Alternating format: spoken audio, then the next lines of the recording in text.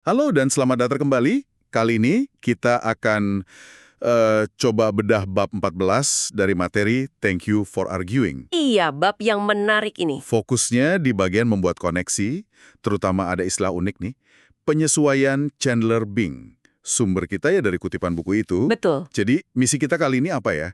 Mungkin gimana caranya kita nemuin kaitan atau the hook yang pas buat nyambung sama audiens, gitu kan? Tepat sekali. Dan buku ini pakai contoh dari Friends, yang kayaknya bakal seru buat dibahas. Iya, setuju. Ini kan intinya soal memahami apa sih yang memotivasi orang lain ya. Itu kunci komunikasi yang efektif. Benar, gimana motivasi unik tiap orang itu jadi semacam pintu masuk buat kita berkomunikasi. Oke, kita mulai dari konsep utamanya dulu kali ya. The hook atau kaitan ini. Buku ini bilang, persuasi itu bukan soal apa yang kita mau, Bukan sama sekali. tapi lebih ke apa yang audiens butuhin atau inginkan, atau mungkin nilai-nilai yang mereka pegang. Gitu kan? Persis. Ini pergeseran fokus yang penting banget. Dan ini nyambung ke ide exigence. Exigence, apa tuh? Semacam situasi atau kebutuhan mendesak yang bikin audiens tuh jadi lebih terbuka sama pesan kita. Kita harus paham pemicunya dulu. Oke. Jadi kayak kalau orang lagi butuh banget solusi A, ya kita tawarin solusi A, jangan malah nawarin Z gitu ya. Nah, kurang lebih gitu.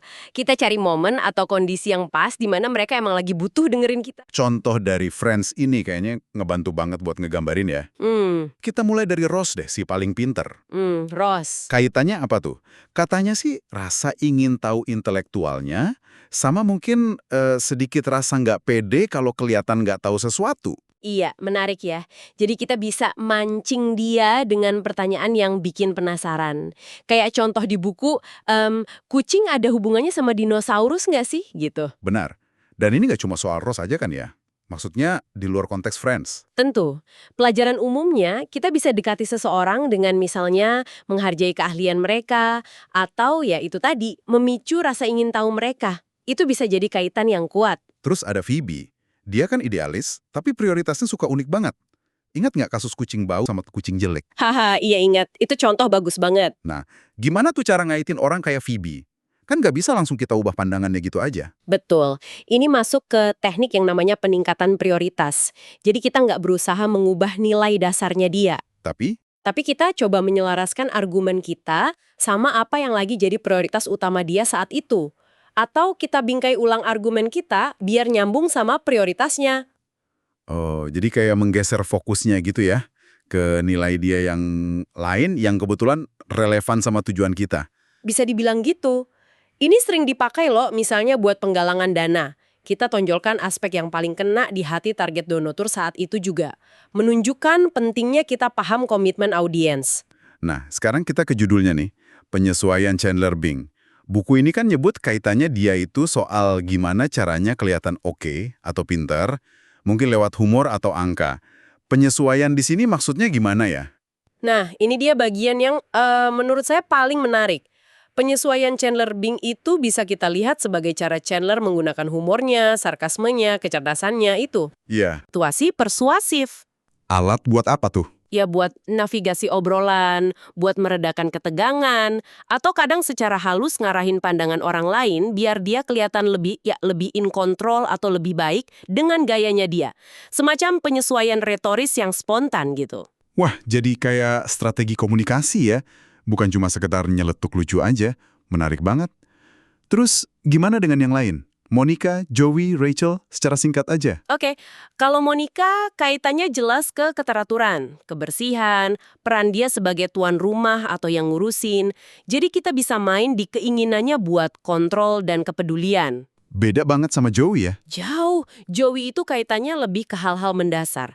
Kesenangan, makanan, penjelasan yang simple, yang nggak ribet. Kalau Rachel, Rachel seringnya didorong sama kepentingan pribadi atau mungkin status sosial. Dia bisa jadi agak susah dibujuk buat hal-hal yang sifatnya altruistik murni. Mungkin perlu dibingkai biar ada keuntungan buat dia. jadi intinya semua balik lagi ke... Analisis audiens, kita yang harus menyesuaikan pesan kita ke mereka, bukan sebaliknya. Oke, ada satu lagi nih, konsep express love. Kedengerannya agak gimana gitu ya buat persuasi, agak aneh. Iya, kedengarannya gitu. Tapi ini lebih ke alat dekorum, kesopanan, bukan cinta romantis ya. Terus? Lebih ke memproyeksikan niat baik, semacam merasa peduli ke audiens, apalagi kalau kita belum kenal banget sama mereka.